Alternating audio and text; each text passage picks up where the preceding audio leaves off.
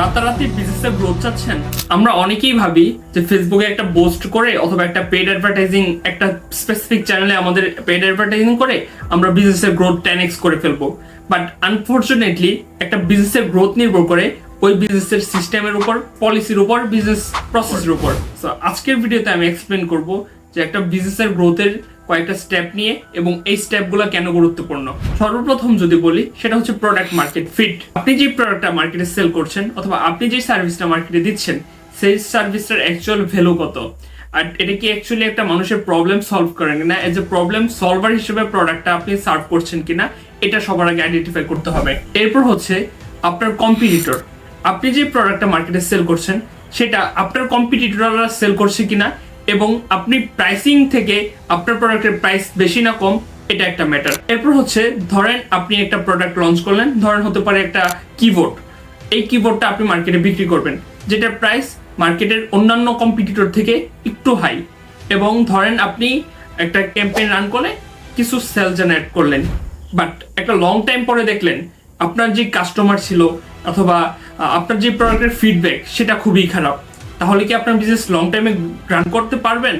আসলেই না, করতে পারবেন না।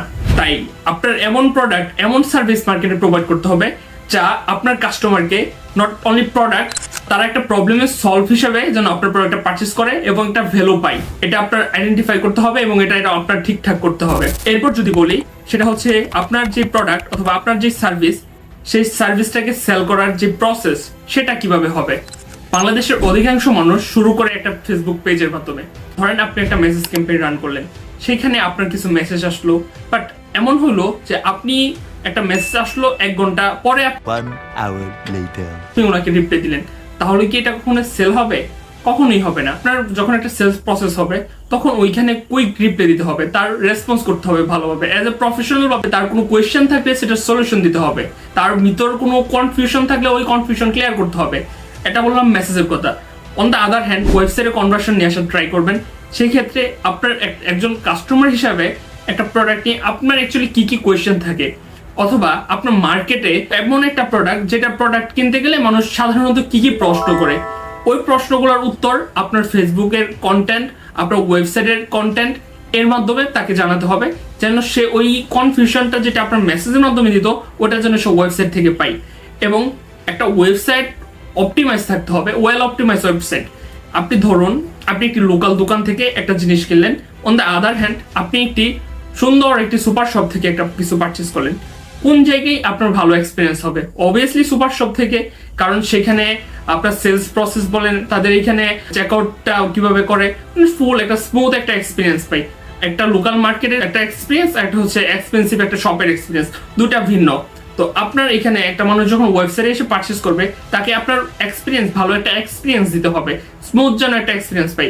এখন আপনার ওয়েবসাইটে একজন আসলো, সে যদি একটা পেজে লোড করে অথবা একটা চেকআউট পেজে যাইতে যদি 5 থেকে 10 সেকেন্ড সময় চলে যায়, তাহলে সে বাউন্স ব্যাক করে চলে যাওয়ার সম্ভাবনাই বেশি। এটা হচ্ছে আপনার সেলের প্রসেসটাকে স্মুথ করতে হবে যেন মানুষ এটাকে একদম ইজিলি পারচেস করতে পারে। এরপর হচ্ছে মার্কেটিং সিস্টেম। বাংলাদেশে এখনো অনেক বিজনেসম্যান শুধুমাত্র ফেসবুক বুস্টের উপর ডিপেন্ড করে তাদের মার্কেটিং কার্যক্রম পরিচালনা করে, বাট এটা অ্যাকচুয়ালি অনেকেই করে, যেটা বললাম এটা হচ্ছে অনেকেই এখন যারা বর্তমানে স্মার্ট বিজনেসম্যান আছে, স্মার্ট মানুষ বিজনেসে আসতেছে, তারা ক্যাম্পেইন সম্পর্কে জানে, তার মার্কেটিং সম্পর্কে ভালো আইডিয়া রাখে, তারা স্টাডি করে। আর এটা হচ্ছে আমাদের জন্য, আমাদের ই কমার্স ইন্ডাস্ট্রিতে ভালো একটা ভূমিকা রাখবে বলে আমি মনে করি। এখন একটা মার্কেটিং সিস্টেমটা অ্যাকচুয়ালি স্টেপ বাই স্টেপ হয়। এখন প্রথমত আমরা ফেসবুক, বাংলাদেশের অধিকাংশ মানুষ ফেসবুকে ইউজার বেশি, একটা চ্যানেল ব্যবহার করি, বাট আমাদের অ্যাকচুয়ালি 360 ডিগ্রি মার্কেটিং করতে হবে, 360 ডিগ্রি মার্কেটিং প্ল্যান করতে হবে।